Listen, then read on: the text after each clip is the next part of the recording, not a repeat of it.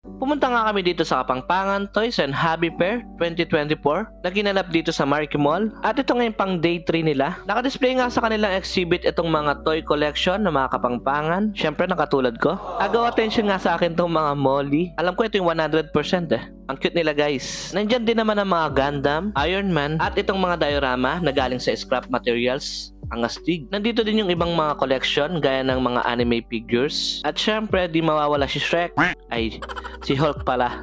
Naglakad-lakad pa nga ako at pumukaw na atensyon ko tong malaking resin ni Kaido. Angas oh.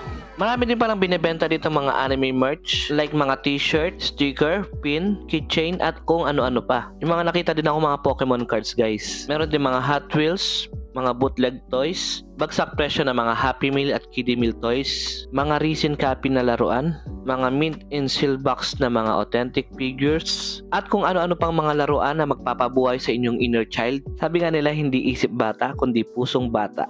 Meron din pala mga gunpla dito guys. At bumili din ako ng blind box na kinahihiligan ng aking anak. Shoutout nga pala sa store na to dahil napaka-bait ni ate. Binigyan tayo na free na earrings na Melody. Nag-try din ako ng mystery bag nila. Ito yung nakuha natin, mousepad. Sobrang nag-enjoy naman ako sa pamamasyal dito. Sayang di natin naabutan ng mga ibang event like auction at yung mga nag-cosplay. By the way guys, ito ang ating mga napamili. At yun lang muna guys. Thank you for watching. Follow me for more.